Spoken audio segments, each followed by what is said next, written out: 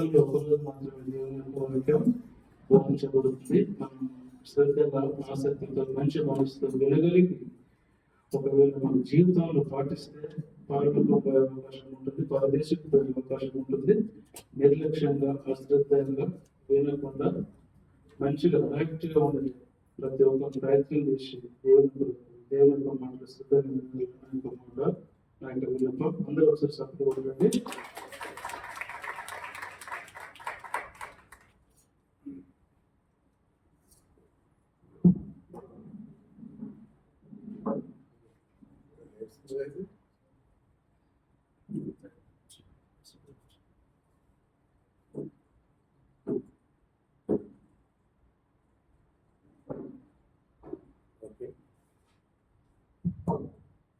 ప్రార్థన చేసుకొని వాక్య భావంలోకి వెళ్దాం. వాళ్ళని మిక్కిలిగా ప్రేమించే మాట్లాడుకుంటాను. నేను ఘనమైన నాలుగులకు వందనాలు తెలియజేస్తాను. మమ్మల్ని ప్రేమించి తగినైన వాక్యం వినాలని ఆసక్తితో మీ పిల్లలందరం కలిసి ఇక్కడ గొప్ప చిన్న తేడా ఏది లేకుండా, తారతమ్యం లేకుండా అందరం కలిసి మరి మీ దగ్గరికి ఎలాగైతే చేరుతామో, ఎలాగైతే చేరాలంటే భూమి మీద మేము ఏం చేయాలి అని బతుకుండగానే మేము ఆలోచిస్తానన్న ఆలోచన మా హృదయంలో పుట్టించాను. మరో అభిమానంతో వీళ్ళని కలుసుకునే భాగ్యాన్ని నాకు కలిగించినందుకు నీకు వందనాలు చేస్తాను అయ్యా. మరి మంచి మాటలు నేను మాట్లాడబోతుండగా పరిశుద్ధాత్మక సహాయం నాకు అందించమని వింటున్న ప్రతి బిడ్డ మరి మనస్సు కొన్ని నిమిషాలు ఏకగ్రతతో నీ మాటలు వినేలాగా మరి వారిలో మంచి ఆలోచనలు పుట్టించమని వేడుకుంటున్నాను. యేసుక్రీస్తునామములో అడిగి వేడుకుంటున్నాను తండ్రి, ఆమేన్. చేరి వచ్చిన మీ అందరికీ యేసుక్రీస్తునామములో వందనాలు చెల్లిస్తున్నాను. పాట దేవుడు గుర్తించేది ఎవరిని? దేవుడు గుర్తించేది ఎవరిని? ఈ 2 రోజులు జరిగినటువంటి మహాసభలో ఎంతో మంది కృషి ఉంటేనే రామారావు, మంత్రులు, అల్వా ఇది కేవలం వాక్యం చెప్పేవారైనా మేముంటేనే జరిగిందనుకోవడం అనుకుంటే పొరపాటు. ఇందులో అందరి కృషి ఉంది. అందరి పట్ల ఏదో చిన్న పని చేస్తేనే ఈ 2 రోజులు జరిగిన సభలు విజయవంతమైనవి. మీరే అనుకోవచ్చు, స్టేజిన మీద కూర్చొని మాట్లాడుతున్న వారినే దేవుడు గుర్తించవచ్చు, మేము కేవలం మీ మూలము ఏదో చిన్ని పని చేసుకుంటూ ఉన్నాం, మమ్మల్ని ఎవరు గుర్తించగలరండి అని మీరు అనుకోవచ్చు. వంట వండిన వారితో సహా, ఫ్లెక్సీలు వేసినతో సహా, మీరైతే మనుషులకు కనబడకుండా చాటుగా చేసిన పని వారు ఎవరైతే ఉన్నారో వారు ఎంత సమానమో స్టేజీల పైన కూర్చొని కష్టపడి వచ్చే వారికి వాళ్ళ హృదయంలో వాక్యం నింపాలని అహర్నిశలు కష్టపడి వారు సభల మీద వచ్చి స్టేజ్ మీద కూర్చొని చెప్పేవారు కూడా అంతే సమానమని బైబిల్ చెప్తుంది. మీరు అనుకోవచ్చు, చాలా మందికి వాక్యం చెప్పేవారు కనబడుతున్నారు, టీవీలో కనిపిస్తున్నారు, సెల్లులో కనిపిస్తున్నారు, మరి మీకు పని చేస్తున్నప్పుడు ఎవరికి కనిపించడం లేదు అని మీరు అనుకోవచ్చు. కానీ బైబిల్ ఇస్తున్న భరోసా దేవుడు ఒక మాట చూడండి. 1 సమూయేలు గ్రంథం 30వ అధ్యాయం 24వ వచనం. 1 సమూయేలు గ్రంథం 30వ అధ్యాయం 24వ వచనం. 2వ లైన్లో ఉండదు చూడండి, 24వ వచనం. చూడండి, యుద్ధమునకు పోయిన వాని భాగం ఎంతో సామాను వద్ద నిలిచిన వాని భాగము అంతే అన్నాడు. ఇశ్రాయేలులు అప్పుడు యుద్ధం చేస్తున్నారు, ఫిలిస్తీన్లతో, అమ్మోనీలతో, వీళ్ళందరితో యుద్ధం చేస్తున్నారు. అయితే యుద్ధానికి వెళ్ళిన వాడు తిరిగి వస్తాడని గ్యారంటీ మాత్రం లేదు. అవును కదా, యుద్ధానికి వెళ్ళేవాడు తిరిగి వస్తాడని గ్యారంటీ లేదు. భార్య పిల్లలు కూడా ఆశను వదులుకోవాల్సిందే. అలాంటిది యుద్ధానికి వెళ్ళి ఆ యుద్ధంలో పోరాటం చేసి వాడితో సాహసించి మరి యుద్ధవాడి తిరిగి వచ్చిన వాడికి ఎంతో అక్కడ సామాన్ల యుద్ధ ఒక వ్యక్తిని ఒక ఇద్దరు మనుషులని అక్కడ అలా ఖాళీగా ఉంచి ఈ సామాన్ల యుద్ధ కాపలిగా ఉంటున్నా అని చెప్పని నిలబడిన వారి భాగము కూడా అంతే. ఇక్కడ మేము స్పీకర్ గా మీ జనాలకు మేము కనిపించవచ్చు, ప్రధాన దృష్టిలో మేము ఉండొచ్చు, కానీ కనబడకుండా దేవుని ఇష్టపడేవారు పనిచేసేవారు ఉన్నారు కదా. కూర్చొని వాక్యంగా మేము నిలబడి చెప్పిన మమ్మల్ని గుర్తించినంతగా సాటుకు ఎంతడో మూడన దేవుని పని గరిటె పట్టి పప్పు ఊడ్చిన చీపిరి పట్టి మరి చెంచి ఊడ్చిన వస్తున్నటువంటి దేవుని పిల్లలకు మీరు పరకాలం పలిగిన అంతే సమానం అంటున్నాడు ఇక్కడ. అవును కదా, యుద్ధానికి పోవాడు అదే చదవండి, యుద్ధమునకు పోయిన వాని భాగమెంతో సామానుల యుద్ధాలు నిలిచిన వాని భాగము అంతే. ఇక్కడ నిరాశపరచాల్సినంత అవసరం లేదు. అయ్యో నేను ప్రసంగం చేసిన వాడికి ఆ పరలోకం ఉంటుందా? ఏదో చిన్న పని చేశాను కదా, ఒక 500 ఇచ్చాను, లేదా అన్నం ఉండే కాడ కేవలం అన్నం ఉండాను, కేవలం గరిట పట్టిన ముడిచాను, వస్తున్నటువంటి విశ్వాసులకు కేవలం ఈ బరకాలు మాత్రమే పంచాను. నన్ను గుర్తిస్తాడా దేవుడు? నన్ను నిజంగా గుర్తిస్తాడా? అంతమంది ముందు సభలో నిలబడి గొప్పగా మాట్లాడే అతన్నే గుర్తిస్తాడా అంటే కాదు. ఇక్కడ దేవుడు ఏమంటాడు, యుద్ధములకు పోయిన వాడు ఎలాగో కష్టపడి యుద్ధం చేసి ప్రాణాలకు తెగించి బాణాలతో ఎదిరించి కత్తులతో ఎదిరించి తిరిగి వచ్చిన వాడు ఎంతో సమానుల దగ్గర నిలబడిన వాడు అంతే. కూరంతా వండారంట, ఆహారం అంతా వండారంట, వండిన తర్వాత ఉప్పు లేదట, ఉప్పు కూర నీటి వెతుకుతున్నారట. కేవలం ఎంతో అడవికి వెళ్ళి కష్టపడి జినగను పట్టి దానితో వేటాడి తీసుకొచ్చి దానికి కాల్చి దాన్ని పదును చేసి ముక్కలుగా చేసి కష్టపడి శరీరానికి అంత రక్తం అంటించుకున్నవాడు ఎంతో. అందులో ఉప్పు వేసిన వాడు కూడా సమానుడే. ఉప్పు లేకపోతే రుచి ఎలా వస్తుంది? రాదు. ఉప్పు వేసినా అతడితో సమానం. వాక్యం ప్రసంగం చెబుతున్నా మమ్మల్ని గుర్తిస్తాడు దేవుడు. కూర్చొని చిన్నపాటి ఏదో మూలకు చేస్తే మమ్మల్ని కూడా గుర్తించగలడు అనుకుంటా, కానీ మిమ్మల్ని కూడా దేవుడు గుర్తిస్తాడు. కానీ దేవునికి నచ్చేటట్టుగా మనసుపూర్వకంగా పనిచేస్తే గుర్తిస్తాడు దాన్ని. మరలా కొంతమంది మనుషులు మెప్పు గురించి చేసేవాళ్ళు ఉంటారండి, మనుషులు కనబడగలనని, మనుషుల గురించి చేస్తున్నానా లేదా సేవాన్ని కనబడగలనని పనిచేసే వాళ్ళు ఉంటారు. దేవుడు మనుషుల హృదయంలో ఉన్నటువంటి మనుషుల మెప్పు వలన ఎవరు చేస్తారు? విశ్వాసంగా ఎవరు చేస్తారు? మనసు పూర్వకంగా చేసేవారు ఎవరు? వీరందరినీ గుర్తుపుచ్చుకుంటాడు దేవుడు. అంతే కదా. ఆ రోజు రాయి వేయమన్నాడు. పాపం చేసిన ఆమె మీద రాయి వేయడం మీద లేని వాడు అంటే రాయి వేయమన్నాడు. కానీ ఎవరైనా వేశారా? ఎందుకు తెగించలేదు రాయి వేయడానికి? హృదయములు పాపము ఎరిగినది యేసుకు తెలుసు కనుక. అంటే యేసు కేవలం హృదయాలను చూస్తాడు తప్ప కనబడుతున్నటువంటి ఈ ఆకారాన్ని కానీ ఈ దేహాన్ని కానీ చూసేవాడు కాదు. అంటే అందరి హృదయంలో పాపం కనిపించింది కనుక ఎవడు రాయి వేయడానికి తెగించలేదు. అక్కడ వారికి అర్థమైంది ఏమంటే అసలు విషయం తెలిసిపోయింది. అమ్మ బాబాయ్ రాయి కనుక వేశామా నా బ్యాక్గ్రౌండ్ మొత్తం చెప్పేస్తాడు అనుకున్నాడు యేసు. అంటే దేవుడు గాని యేసుక్రీస్తు గాని హృదయాలను పరిశీలించే దేవుడు. నువ్వు దేవుడు గుర్తించాలని చేసేవారు ఎంతమంది? మనుషులు చూడాలని చేసేవారే ఎక్కువ మంది మనకు కనిపించేది. మనకు సమాజంలో కనిపిస్తుంది ఏంటి? మనుషులు గుర్తించాలి. హడావుడి చేస్తుంటాడు, సభ జరుగుతుంటే హడావుడి జరుగుతుంటది, స్టేజ్ల పైన ఎగురుతుంటాడు. ఏం పని చేయని వాళ్ళు కూడా స్టేజ్లు ఎక్కి కూర్చుంటారండి. ఏం పని చేయరు కొంతమంది స్టేజ్లు ఎక్కి కూర్చుంటారు. అంతా అయిపోయిన తర్వాత భోజనంలోకి వచ్చినప్పుడు మాట్లాడాడు, ఇందులో ఉప్పు తక్కువ ఉందండి, ఇందులో కారం సరిగా తగలలేదు. వాడు ఏం చేయడు పని, దేవుని పని చేయడు, దేవుళ్ళు పాలిభాగస్తుడు కాదు, నయా పైసా కూడా ఇవ్వడు. మంచి బట్టలు వేసుకొని కూర్చుంటాడు. కూర్చుని అయిపోయిన తర్వాత అన్నాన్ని కూర్చున్నప్పుడు ఇది తక్కువ ఉంది అది తక్కువ ఉంది అని పని మొదలు పెడుతుంటాడు. కొంతమంది ఏం పని చేయడం ఇదో టైప్ ఉంటారు. అంటే మనుషులు గుర్తించాలని చేసేవారు ఎంతమంది? కొద్దిమంది. మనుషులు దేవుడు చూడాలని చెప్పని చేసేవారు కొద్దిమంది. మనుషులు గుర్తించాలని చేసేవారు చాలా మంది. ఇలాంటి వారిని దేవుడు గుర్తించడానికి గుర్తించడు.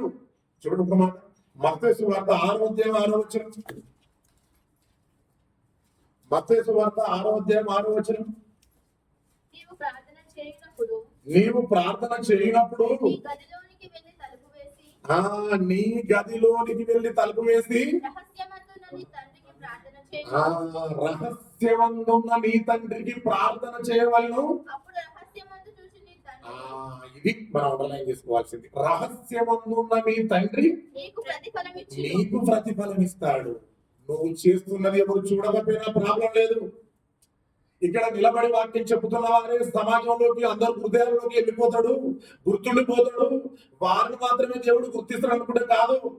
నువ్వు ఏ మూలకు గరిటె పట్టి అన్నము ఊడ్చినా, ఏ మూలకు చేపలేసినా, చీపిరి పట్టి ఊడ్చినా, వచ్చే వారికి వెల్కమ్ చెప్పినా, స్టేజ్ల మీద ఉన్నటువంటి బరకాలు పరిచినా, వచ్చే ప్రసంగికులకు నువ్వు కుర్చీలు వేసినా, మనుషులు చూడవాలని కాదు, దేవుడు గుర్తించాలని చేయాలి. ఎవరు చేసినా ఏ పని, మనం చేసే పని దేవుడు గుర్తించాలి. సీక్రెట్ గా ప్రతిఫలం ఇచ్చేది దేవుడు, మనుషులు కాదు.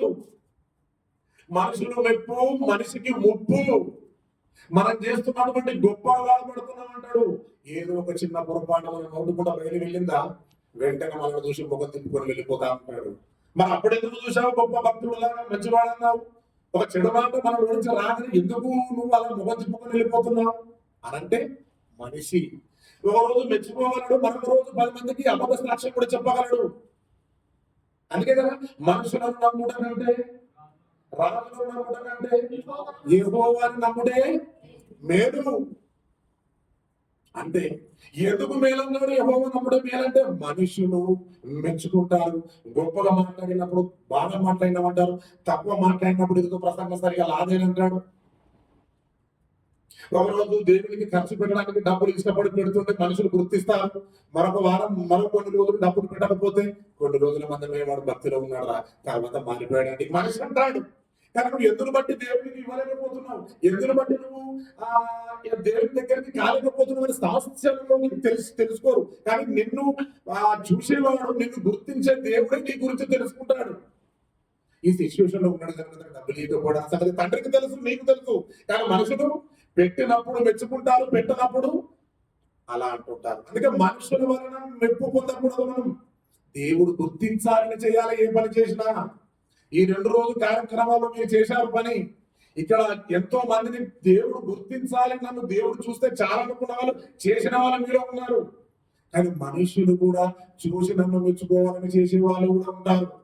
వారిని గుర్తిస్తాడా? దేవుడు గుర్తించాడు. అందుకేమన్నాడు? రహస్యమందున్న మీ తండ్రి నీకు ప్రతిఫలం ఇచ్చును అంటున్నాడు. కనబడని ఆ దేవుడు నాకు ప్రతిఫలం ఇవ్వాలని ఏ మూలకున్న ఏ మనిషి చూసినా చూడకపోయినా చేశావా? అదండి దేవుడు గుర్తించుకోవాలి. దేవుడు నన్ను గుర్తించాలి, నేను చేసిన పని ఆయన రాసుకోవాలి, నాకు ప్రతిఫలం ఇచ్చే దేవుడు అని మనుషులు చూసినా చూడకపోయినా ఆయన పని చేయాలనుకున్న వారిని గుర్తించగలడు దేవుడు. తన ఇష్టమైన ప్రియులు వాళ్ళు పిలిచాడు సామ్యూయల్ని. అవునా? ఏమని పిలిచాడు? తన తల్లి పేరేంటి? హన్నా. పిల్లలు కాలేదు. దేవుడా ఒకవేళ పిల్లలు ఇస్తే నీ మందిరానికి వదిలేస్తానని చెప్పింది అన్న. మంచి ప్రార్థన, గొప్ప ప్రార్థన చేసింది అన్న. ప్రార్థనలో ఆమె విశ్వాసం, నమ్మకం దేవుడు విన్నాడు. మంచి వారి మొర వింటాడు, మంచి వారి ప్రార్థన ఆలకిస్తాడు, అప్పుడు గుర్తిస్తాడు. విన్నాడు. విన్న తర్వాత పుట్టాడు సమయలు తీసుకెళ్లి అన్న మాట ప్రకారంగా తీసుకెళ్లి మందిరంలో వదిలేసింది. మనం అనుకుంటాం కుమారుడు పుట్టిన తర్వాత దేవుని మర్చిపోతాం, పిల్లలు పుట్టినంత వరకు దేవుని వేడుకున్నాం. మనం పిల్లలు పుడితే కనుక దేవా నా కుమారుడిని నీ మందిరంలో నేను వదిలేస్తాను, నీ సేవకే నేను అంకితం చేస్తానన్న మాటలు ప్రారంభంలో ఉంటాయి. మన అయితే కుమారుడు పాపం ఇచ్చిన తర్వాత మన మనసు మార్చుకొని అతనికి గొప్ప బట్టలు, గొప్ప స్థానం, ఎక్కడికి వెళ్ళినా కుమారుడు పుట్టినని 10 మందికి చూపించుకోవడానికి ఇష్టపడతాం మనం. కానీ పుట్టగలనటువంటి ఒక్క కుమారుడే, ఉన్న ఒక్క కుమారుడే చాలా ఆలస్యంగా ఇచ్చిన, ఎప్పుడో ఒకసారి మాట ఒప్పుకున్నది, నీ మందిరంలో వదిలేస్తానన్నది. ఆమె మొర విన్నాడు దేవుడు. ఎంత గొప్ప భక్తురాలైతే వినాలి ఆ మాట. ఒక గర్భఫలం దేవుడు ఇవ్వాలంటే ఇచ్చిన మాట నిలబెట్టుకుంది, అందులో వదిలేసిన తర్వాత కళ్ళు మందగించిపోయింది. ఏలి ప్రవక్త అక్కడ ఉన్నాడు, తెలుసు కదా. ఏలి షిలోహులో దేవస్థానం ఉంది. చాలా మంది ఇశ్రాయేలు యూదులు అక్కడికి వచ్చి బలి అర్పించి నైవేద్యాలు పెట్టి దేవునికి సమర్పించి పాప క్షమాపణలు ఒప్పుకొని వెళ్ళిపోతున్నాం అక్కడ షిలోహు అనే ప్రాంతంలో. ఆ గుడిలో సమీరుడు చిన్న బాలుడై ఉన్నప్పుడే మాట తప్పకుండా వదిలేశాడు. వదిలేసిపోయిన తర్వాత అంతకు సీనియర్ అయినటువంటి ఏలి ఉన్నాడు అక్కడ. కానీ సమీరు ఏలి ఇద్దరు ఆ మందిరంలో పడుకున్నప్పుడు సమీరుడు పిలిచాడు. మరి ఏలిని ఎందుకు పిలవలేదు? సీనియర్ నేత పక్కన సీనియర్ ఉండగా ఏమన్నా జూనియర్ పిలుచుకుంటాడు వాక్యం చెప్పడానికి? బాగా ఆలోచించాను, అంతేనా? ఇప్పుడు సీనియర్ కి ఎక్కువ ప్రియారిటీ ఇస్తాం, మనం వాక్యం చెప్తున్నప్పుడు పక్క కూడా అసిస్టెంట్ కి ప్రియారిటీ ఇస్తాం. సీనియర్ కదా, బాబాయ్ సీనియర్ వచ్చట బైబుల్ పెన్ చక్కగా పట్టుకుంటాం, ఏం చెప్పినా సరే చక్కగా రాసుకోవడానికి మనం ఇష్టపడుతుంటాం. ఎందుకంటే అతనిలో నుంచి వెలువడుతున్న ప్రతి మాట ఒక ఆనుభూత్యం లాంటిది. అతను మాట్లాడుతున్న ఏ మాట అయినా సరే అనుభవంతో కూడుకుంది. కనుక నా జీవితాలను బాగు చేసేదై ఉంటుందని పెన్ను బుక్ పట్టుకొని రాసుకుంటుంటాం మనం, అంతేగా. మనకు చదువుకున్నప్పుడు 6 సబ్జెక్ట్స్ ఉంటాయి కదా, మనం తెలుగు, ఇంగ్లీష్, మ్యాథ్స్ ఇవన్నీ ఉంటాయి కదా. అందులో తక్కువ చెప్పే వారిని అట్లే చూస్తాం, గొప్పగా చెప్పే వారిని మాత్రం మనం రాసుకోవడానికి ప్రయత్నం చేస్తాం. ఎందుకంటే అది మన మైండ్ లో ఉంటే మనం అభివృద్ధి చెందుతాం, పరీక్షలు రాస్తే చక్కగా పాస్ అవుతామండి. అంటే ఇప్పుడు సీనియర్ ఏలి ఉన్నాడు, మరి ఏలికి దర్శించకుండా ఏలితో మాట్లాడకుండా సమీరుతో ఎందుకు మాట్లాడుతున్నాడు ఇక్కడ? బాలుడైన సమీరుతో అంటే ఏలి తిండిపోతారన్నమాట. తన కుమారుడు మీకు తెలుసు కదా, మీకు తెలుసు కదా తన కుమారుడు, 2 కుమారుడు తో ఉన్నాడు. నైవేద్యం అర్పించడానికి వచ్చిన వారిని స్త్రీలను చెరుపుతూ అబద్ధాలు మాట్లాడుతూ దేవస్థానానికి రావాల్సినటువంటి ఆ కృప, ఆయన మహిమ రానివ్వకుండా తన కుమారులు అడ్డుకుంటున్నారు. ఆ అర్పించినటువంటిలో ఉన్నటువంటి శ్రేష్టమైనది గుండెకాయ లేదా కలేజ లేదా ఉంటాయి కదా, ఒక మేకను ఏదో గొర్రెను అర్పించినప్పుడు అలా బలానికి సంబంధించినటువంటి కొన్ని స్పేర్ పార్ట్స్ ఉంటాయి, అవును కదా. ఆ స్పేర్ పార్ట్స్ తినేది ఎవరనుకున్నావు? ఏలి. ఆ ఏలి తీసుకొని తిండిపోతే అయిపోతున్నాడు తప్ప ఇక్కడ దేవుడి కొరకు బతకాలి, దేవుడికి వచ్చిన వాళ్ళకి వాక్యం ప్రకటించాలని ఆలోచన లేదక్కడ. ఇప్పుడు పిల్లలు చెడిపోయారు కదా, మరి ఇద్దరు యుద్ధంలో చనిపోయారు ఎందుకు? దేవుడి కొరకు వస్తున్న వారందరూ చెడగొడుతున్నారు కనుక దేవుడు యుద్ధంలో చంపేశాడు వాళ్ళని. అంటే పిల్లలనే కూడా క్రమశిక్షణ నేర్పని తండ్రి ఒకసారి చెప్పాడు అంతే, ఒకసారి చెప్తే మారేవాడు కూడా ఉంటాడు. ఇప్పుడు ఈ నెల మనం ప్రసంగాలు అంటున్నాం, ఏం పొరపాటు లేదా మన జీవితంలో? అందరిలో ఇప్పటికీ నేడు పొరపాట్లు ఉన్నాయి, కానీ ఒకేసారి చెప్పి వదిలేశాడు. కనుక ఇక్కడ ఏమి తెచ్చిన బలికి తెచ్చినటువంటి మేల్ స్పేర్ పార్ట్స్ తినుకుంటూ కడుపు నింపుకుంటున్నాడే తప్ప దేవుని ఆ మందిరానికి వచ్చిన వారికి మరి మంచి చెప్పి పాపక్షమాపణను ఒప్పుకోని చెప్పడం మర్చిపోయాడు. కానీ సమీరు మాత్రం బాలుడుగా ఉన్నప్పుడు ఏలిలో కూడా సమీరుని పిలిచాడు. చూడండి, 1 సమూయేలు గ్రంథం 3వ అధ్యాయం 4వ వచనం. యెహోవా సరిపోతండి, యెహోవా సమూయేలును పిలిచెను. బాలుడు పిలిచాడండి. ఆ బాలుడు ఏం చేస్తున్నాడో తెలుసా? వస్తున్న వారిని అందరికీ మరి దేవుని మాటలు చిన్న వయసులోనే యేసు చెప్పినట్టుగా చెప్పుకుంటూ ఆ మందిరాన్ని సరసూచుకుంటూ ఎక్కడ ఏ మూలకు ఎక్కడ బూజు ఉందో అంత తుడుచుకుంటూ దేవునికి గుర్తించేంతగా ఎక్కడ పనిచేస్తుండో సమూయేలు. ఆ మందిరాన్ని శుభ్రం చేస్తుండు, వచ్చిన వారిని చూడడానికి ఇంపుగా కనిపించినట్టుగా చేస్తుండు. సరైన సమయానికి అందులో నూనె పోసి మరి లైట్ వెలిగిస్తుండు. ఆ కాలంలో అదే కదా దీపాలు కదా, ఆ దీపం ఆరిపోకుండా ఎప్పుడు చూస్తుండు, ఏది పట్టించుకోవడం లేదు. ఆ కాలంలో యెహోవా ఎవరితో మాట్లాడడం స్వరంలో అరుదు అని ఉంటది. మీరు బైబిల్ చదువుకుంటే అరుదు, ఎవరితో మాట్లాడడం లేదు, చాలా కాలమైంది. కానీ సమూయేలుతో మాట్లాడాడు. తన తల్లి ఒప్పుకున్నట్టుగా కుమారుని అందులో వదిలేశాడు.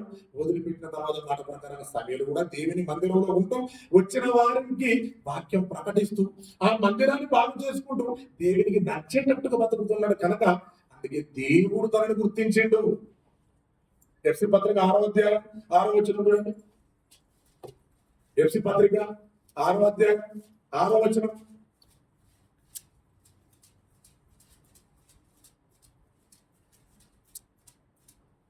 మనుష్యులను సంతోషపెట్టువారు చేయనట్లు. ఎఫ్సి పత్రిక 6వ అధ్యాయం 6వ వచనం చూడండి. మనుషులను సంతోష పెట్టువారు చేయనట్లు కంటికి కనబడుటమే కాక క్రీస్తు దాసులను ఎరిగి దేవుని ఇక్కడి నుంచి అండర్లైన్ చేసుకోవాలి. దేవుని చిత్తమును మనపూర్వకముగా జరిగించుచు అన్నాడు. మనుషులకు 7వ వచనం, మనుషులకు చేసినట్టు కాక ప్రభువునకు చేసినట్టే ఇష్టపూర్వకంగా సేవ చేయండి అన్నాడు. ఇష్టపూర్వకంగా సేవ చేయు వాడే దేవుడు గుర్తిస్తాడు. మనసుపూర్వకంగానే పరిచయాలు చేసే పని ఏదైనా మనుషులు గుర్తించాలని చేయకూడదు. మనుషులు చేయాల్సింది గుర్తించాలని చేశావా, దేవుడు 2% చూడండి. కోటికి ఒకరితో ఒకడే మాత్రమే దేవుడు గుర్తించగలడు ఉన్నాడు అనుకుంటే, ఇది 6 నెలల మీద 800 కోట్ల మంది ఉన్నారు. అంటే కోటికి ఒకరైనా 8 మందే వెళ్తారు భూమి మీద. అంటే దేవుడు గుర్తించేది ఎవరిని అంటే తను మనసుపూర్వకంగా పనిచేసే వారిని. ఈ 2 రోజుల పుట్టినోడు మనసుపూర్వకంగా చేసిన వారు ఎంతమంది ఉన్నారో వాళ్ళని ఖచ్చితంగా దేవుడు గుర్తిస్తాడు. మనుషులను మెచ్చుకోవాలని చేసేవారు దరిదాపులు కూడా తీసుకోలేరు. నీ మట్టుకు నువ్వు సంతృప్తి నీకు ఉంటుండొచ్చు, కానీ దేవుడు గుర్తించని వారి ప్రతిఫలం మరి మరణించిన తర్వాత ఉంటుంది. నువ్వు మనుషులు మెప్పుకోవాలని నువ్వు మాట్లాడుతున్నావు, మనుషులను గుర్తించాలని నువ్వు మాట్లాడుతున్నావు, మనుషులు గుర్తించాలని డబ్బులు ఇస్తున్నావు, మనుషులు గుర్తించాలని చెప్పని సేవ చేస్తున్నావు. ఇది కాదు. మనసు పూర్వకంగా నువ్వు ఇయ్యి.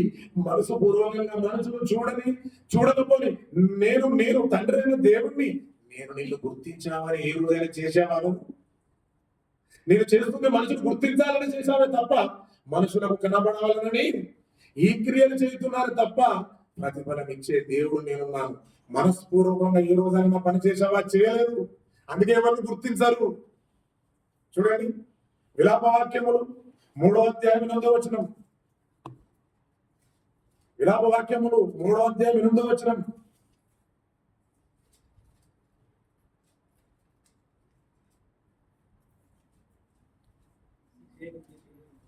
విలాపవాక్యములు చదవండి, 3వ అధ్యాయం 8వ వచనం.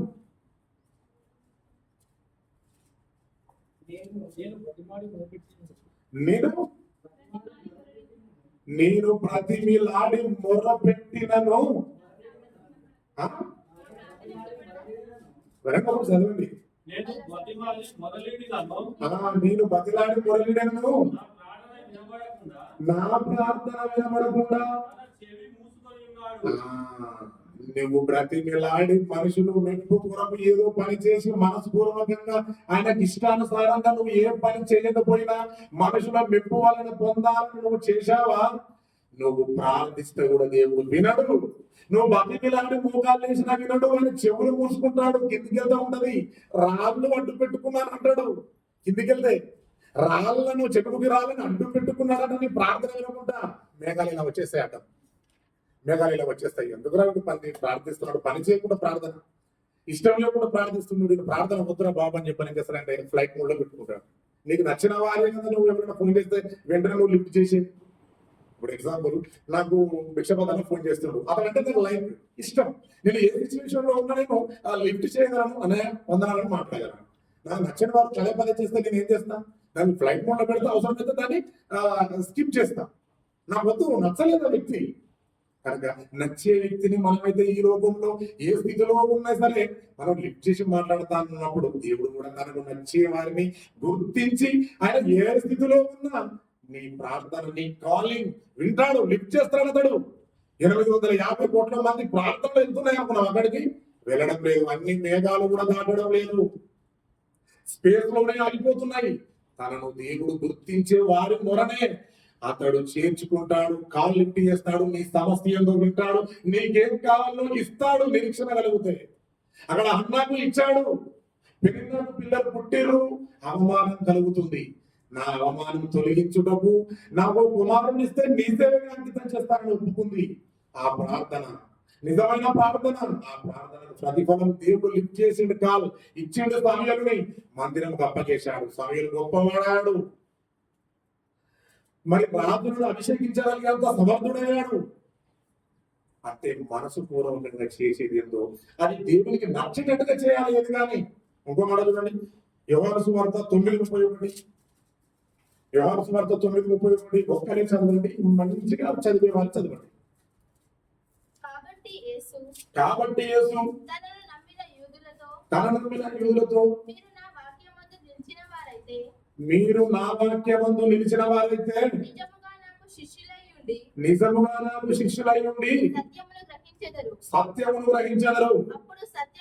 అప్పుడు సత్యము మిమ్మును స్వతంత్రులుగా చేయునని చెప్పగా ఆ, వారు మేము అబ్రహాము సంతానము.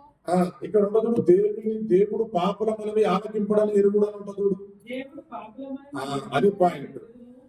దేవుడు పాపుల మనవి ఆలకింపడని ఎరుగుదుము. దేవుడు పాపుల మనవి ఆలకింపడని ఎరుగుదుము.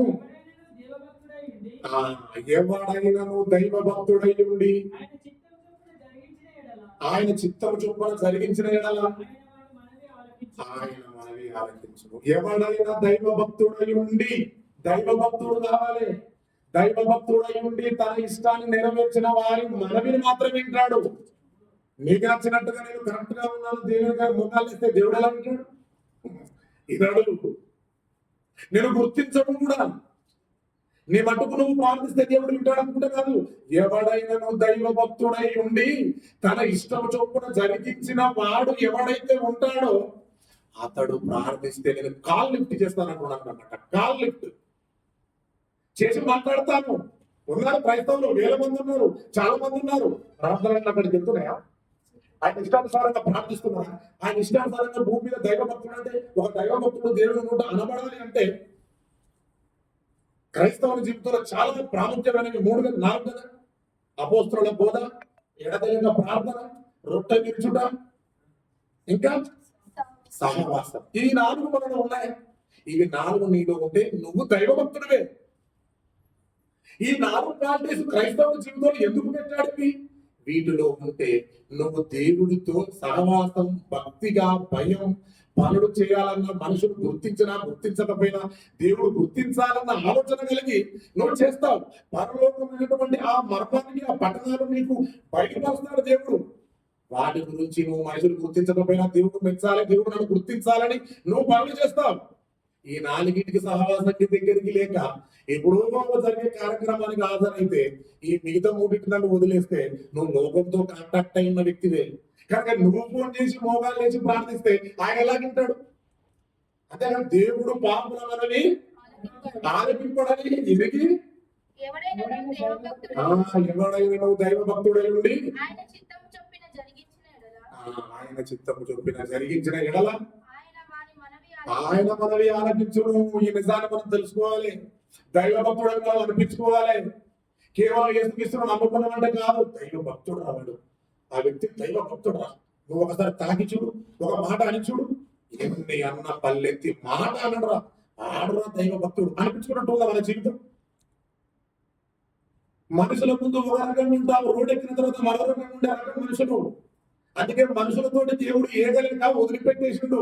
ఆదికాండం 6వ వచనంలో నరుల చెడుతనం భూమి మీద గొప్పది, వారి హృదయంలో ఊహ ఎల్లప్పుడూ చెడ్డది అన్నాడు. ఎల్లప్పుడు అన్నాడా? కొద్దిగా జ్ఞాపించిండ. ఎల్లప్పుడు చెడ్డది. ఎల్లప్పుడు అంటే ప్రతి నిత్యం వింటున్నంతసేపు ఆసక్తి, బలం, ఒక ఇమ్యూనిటీ పవర్ వచ్చినట్టు కనిపిస్తుంది. కరోనా సూచించినప్పుడు ఎలా అనిపించింది మనకు? మొదట సూచించినప్పుడు ఇమ్యూనిటీ పవర్ వచ్చిందా లేదా? కాస్త ఇమ్యూనిటీ పవర్ వచ్చినట్టు అనిపించింది. పర్లేదు అని చెప్పినాం. ఇప్పుడు అంతా కుప్పగిడిపోతున్నాం మనం. అంటే ఇమ్యూనిటీ పవర్ వచ్చినట్టు విన్నంతసేపు, ఆ తర్వాత బయటకు వెళ్ళిన తర్వాత మన సమస్యలు, మన ఇబ్బందులు, మనకు అపవాది చిన్నగా లోకానికి దగ్గరికి చేసి దేవునికి దూరం చెప్తుంటది. సహవాసం ఉండనివ్వదు, దేవుడు గుర్తించేలా బతకనివ్వదు, దైవ భక్తుడు పేరు తెచ్చుకునేది, మార్కెట్లో పేరు అసలే ఉండదు. అవునంట. అంటే ఎవడైనా దైవ భక్తుడై ఉండి వాని కూడా దేవుడు వింటాను. గుర్తించాలి, కోటికి ఒకరిని గుర్తించాలి. దేవుడు అందరిని గుర్తిస్తాడు కూడా. ఎలా ఈ మధ్యలో జగన్ ఒక సభకి వెళ్ళాడట ఆంధ్రలో. వెళ్ళినప్పుడు వేల మంది కదా సీఎం కదా, ఆయనకు అభిమానులు ఉంటారు, కొంతమంది సంఘ సంస్కర్తలు వస్తారు, వాళ్ళు వీళ్ళు వస్తుంటారు కొన్ని సమస్యల గురించి మాట్లాడడానికి, లేదా ఏదో రిబ్బన్ కట్ చేసుకోవడానికి వెల్కమ్ చెప్పి ఎంతో మంది ఉంటారు. ఆయన అలా వెళ్తున్నప్పుడు ఒక అభిమాని సార్ ఫోటో దిగుతానని చెప్పని వేడుకున్నాడు. ఎంతో మంది ఉన్నారు వాస్తవానికి, పక్కపొంటి ఎంతో మంది గవర్నమెంట్స్, సెక్యూరిటీ బందోబస్తు ఉంటుంది. వచ్చేవాడు మరి ఫోటో దిగడానికి వచ్చిన అభిమాని వాడు బాంబు వేస్తాడు, ఈ భయం కదా ఎవరి దగ్గర రాణించుకోవడం సహజంగా. ఎంతో మంది వస్తానన్నప్పటికీ ఒక వ్యక్తి మాత్రం కంటపడ్డాడు. ఆల్మోస్ట్ ఆల్రెడీ అదే సమయంలో ఆయన పర్యటించుకుంటూ ఆ ఎలక్షన్ లో ఆయన గురించి మాట్లాడుతున్నప్పుడు ఆల్రెడీ ఒక రాయికి శ్రీసారి ఇక్కడ దెబ్బ తాకింది. మనందరం చూసింది అది. అప్పటికే భయంలో ఉండు జగన్. అయినప్పుడు కూడా ఒక సభలో ఒంగోలులో ఒక వ్యక్తి ఫోటో దిగుతానన్నాడు బలవంతంగా. ఎందుకో నచ్చింది. ఆ 100 మందిలో ఒక వ్యక్తి నచ్చాడు, తప్పించుకున్నాడు, ఫోటో దిగాడు. అంటే 1000 మంది అతను వెంటబడుతున్న ఎందుకు అతను నచ్చాడు, దేన్ని బట్టి నచ్చాడో మనకు తెలియదు. అంటే ఒక గొప్ప వ్యక్తి సాధారణమైన వ్యక్తిని గుర్తించాలంటే ఏదో ఒకటి చేయాలి, చేస్తేనే కదా అది ఈ లోకం. మరి అలాంటిది దేవుని దృష్టిలో మనం గుర్తించాలి అంటే, దేవుడు మనల్ని గుర్తించాలంటే దైవ భక్తుడుగా ఉండి పనులు చేయాలి కదా. మనుషులు కనబడకపోయినా దేవుడు మనల్ని గుర్తించాలని చేసేవారు మనవి వింటాడు, ప్రార్థన వింటాడు, నువ్వు అడిగింది దేవుడు ఇస్తాడు. మొదట నా రాజ్యంలో వెతుకు, తర్వాత నీకు దయచేయంగా ఉన్నాడు. అన్ని మొదట రాజ్యం వెతుకు, నీకేం కావాలో అవన్నీ నీకు సమకూర్చబడును అన్నాడు. మాట మీద నమ్మకం ఉందో అది లేదు క్రైస్తవులకు. మొదట ఆయన రాజ్యం చూస్తే తర్వాత ఏం సమకూరుస్తాడు అని మనం అనుకోవచ్చు. చాలా మంది ఉన్నారు ఇంప్రెషన్. దేవుడు పని చేసుకుంటూ తన మనసులో ఏది కావాలనుకున్నారో ఆటోమేటిక్ గా దేవుని పిల్లల ద్వారానే అన్ని సమకూర్చబడ్డాయి. నా కళ్ళతో నేను చూసినాను. చాలా మంది ప్రసంగికులు ఏమీ లేదండి, చిన్ని గుడిసెతో ఉన్న ఈరోజు జయశాలి పెట్టి సుందరరావు ఒక స్థాయికి ఉన్నాడు. ఆయన మొదట దేని నమ్మిండు, మొదట నా రాజ్యాన్ని వెతుకు అన్నాడు. నా రాజ్యాన్ని నీతిని మొదలు వెతుకున్నాడు, అవన్నీ కలిగి పడుతున్నాడు, అనుకుంటున్నాడు. ఈ రోజు మంచి పోషణలో ఉంచాడు. దేవుని కుమారుడు దేవుని కొరకు బతుకుతే అడుక్కు తినేవాడు ఎలా చూస్తాడా? దేవుడు గుర్తించాడా? దేవుడు గుర్తిస్తాడు కదా. మనుషులు కనపడవాలని చేసే పనులు చేయలేక చేశాలి, దేవుడు గుర్తించాలని చేసిండు కనుక ఈరోజు తారస్థాయిలో ఉన్నాడు. అవునండి, ఉపేంద్రంలో కూడా ఖమ్మంలో ఏమీ లేదు. అప్పుడు రోడ్డుకు 5 బిట్టు మంచి 400-300 అంతస్తుల బిల్డింగ్ వచ్చే సేవకులకు అందులో ఆరాధన వచ్చే వారికి సపరేట్ గా రూమ్స్, సభలు ఎన్నో కలిగిస్తుండు. ఒకప్పుడు ఏముందని కూడా ఏం లేదు. ఈరోజు ఆయన రాజ్యాన్ని నీతిని వెతికి ఎంతో మందిని ఆత్మలు మార్చడానికి బయలుదేరుతాడు.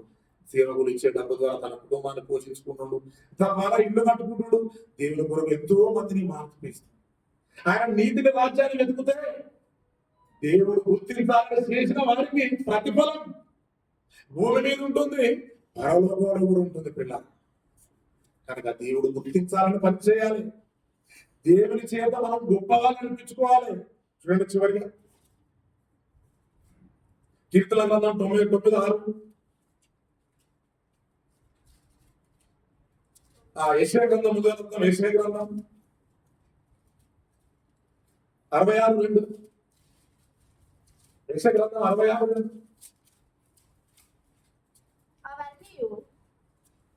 యెషయా గ్రంథం 66:2.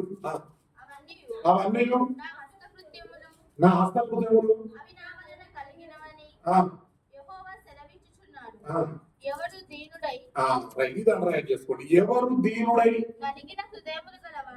నలిగిన హృదయములు గలవాడై నా మాట విని వణకుచుండెను వాణిని నేను దృష్టి ఉంచుచున్నాను. ఎవడైతే నా మాట విని వణుకుచు భయభక్తులు గలవాడై నన్ను గుర్తించాలని దేవుని కొరకు ఎవరు చూసినా చూడకపోయినా నేనే గుర్తించాలని నా మీద గురి పెట్టుకొని భయపడుతూ పని చేసేవారు ఎవరైతే ఉంటారో వారిని మాత్రం నేను గుర్తిస్తాను. 100%. ఆయన అన్నాడంటే మాట తప్పడండి. మాట తప్పని దేవుడు అన్నాడు అంటే ఖచ్చితంగా గుర్తిస్తాడు. మనకు నిరీక్షణ మనం పడిపోతుంటాం మధ్యలోనే, ఖచ్చితంగా గుర్తిస్తాడు. నలిగి ఆయన వణుకుచు ఆయన పనులు చేసి ఆయన ఎందుకు భయభక్తులు ఉన్నవారిని ఖచ్చితంగా గుర్తిస్తాడు. చివరి రోజుడు కీర్తన గ్రంథం 99:6 ఎవరిని గుర్తించాడు? ఆయన యాజకులలో. యాజకులు అంటే ఎవరు? పని చేసేవారు. మనమంతా ఎవరు? యాజకులు, రాజులైన సమూహం. అటు రాజులని చెప్పుకొని గొప్ప కిరీటం లేకపోయినా రాజుల రూపంలో ఉండి యాజకులమైన మనం పని చేసేవారు. ఇప్పుడు ఆయన యాజకులలో మోషే అహరోనులు ఆయన నామమును బట్టి సమూయేలు ఉండెను. వారు యెహోవాకు మొరపెట్టగా ఉత్తరం ఇచ్చాడు.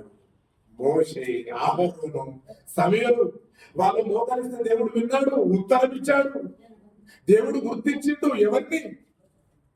దేవుడు గుర్తించాడు ఎవరిని? మోషే, అహరోనులు దేవుని పనుల్లో ఉన్నారు. ఇశ్రాయేలు ఐగుప్తు చేరేంత వరకు, కానాను చేసేంత వరకు వాళ్ళు పెట్టిన శ్రమలకు ఇబ్బందులకు తట్టుకున్నాడు. వాళ్ళు పెట్టిన లక్షల వీరులకు మరి ఆయన కూర్చోబెట్టి అంత పెద్ద గొప్ప సమూహానికి న్యాయకత్వంగా వహించిందంటే ఎంత వారంతా దేవుని పిల్లలు కాదా? ఐగుప్తులో ఉన్నటువంటి తన తల్లికి కుమార్తె అనిపించుకోగా ఐగుప్తు సింహాసనం ధనాన్ని పోగొట్టుకొని దేవుని పిల్లలతో శ్రమలు అనుభవించుకుంటా మేలు అన్నాడు. సమాజంలోకి వెళ్ళాడు, ఆయన దేవుని కొరకు బతికాడు. అప్పుడు ఆయన చెప్పిన మాట విన్నాడు, అహరోను చెప్పిన మాట విన్నాడు. సమూయేలు మరి శిలోహులో దేవస్థానంలో తన దేవుని పని చేసుకుంటూ వచ్చిన వారికి దేవుని వాళ్ళని వినిపించుకుంటూ మరి పంపిస్తున్నాడు. నైవేద్యాల కొరకు అన్ని పట్టించుకుంటున్నాడు, దేవుని పనిని పట్టించుకుంటున్నాడు. చిన్న పని చేస్తే నన్ను పట్టించుకోవడం, ప్రసంగం చేస్తే పట్టించుకోవడం కాదు. నువ్వు చిన్న పని చేసినా పెద్ద పని చేసినా చీపురు పట్టి ఊడిసినా నిన్ను గుర్తించేది దేవుడు, మనుషులు కాదు. కనుక మనం ఇక్కడి నుంచి ఎప్పుడైనా మనిషి గుర్తించాలని ఈ పని నాకెందుకు చిన్నది అనుకోవద్దు, ఈ చీపురు పట్టాల్సిన పని నాకెందుకు వచ్చిందని నువ్వు అనుకోవద్దు, అన్నం వండి పని మాత్రమే నాకెందుకు వచ్చిందని నువ్వు అనుకోవద్దు. అలా నిలబడి కూర్చొని ప్రసంగించే ధైర్యం నాకు లేదు, అలా ప్రసంగిస్తే బాగుండు అనుకోవు. ప్రసంగించేవాడే పరలోకం మొదలు అనుకుంటే ఎంతమంది ప్రసంగిస్తారు ప్రపంచం మీద? 850 కోట్ల మంది, కొద్ది మంది ప్రసంగిస్తారు అంతే కదా, మిగతా వాళ్ళందరూ వినేవాళ్ళే కదా.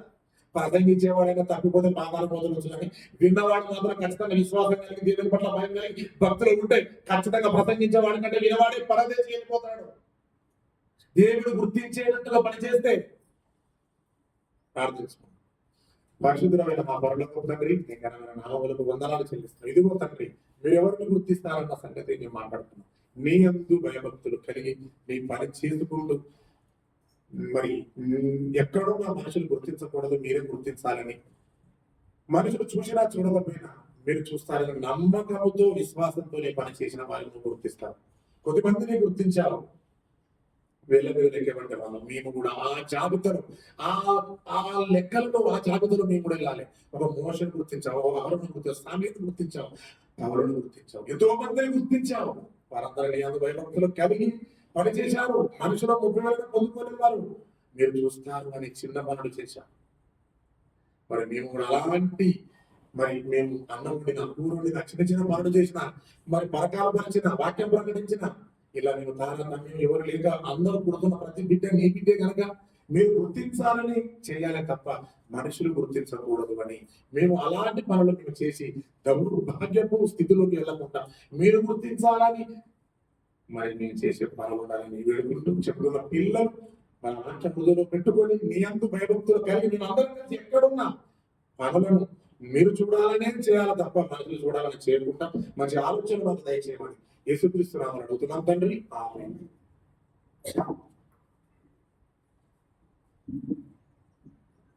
మరి దేవుడు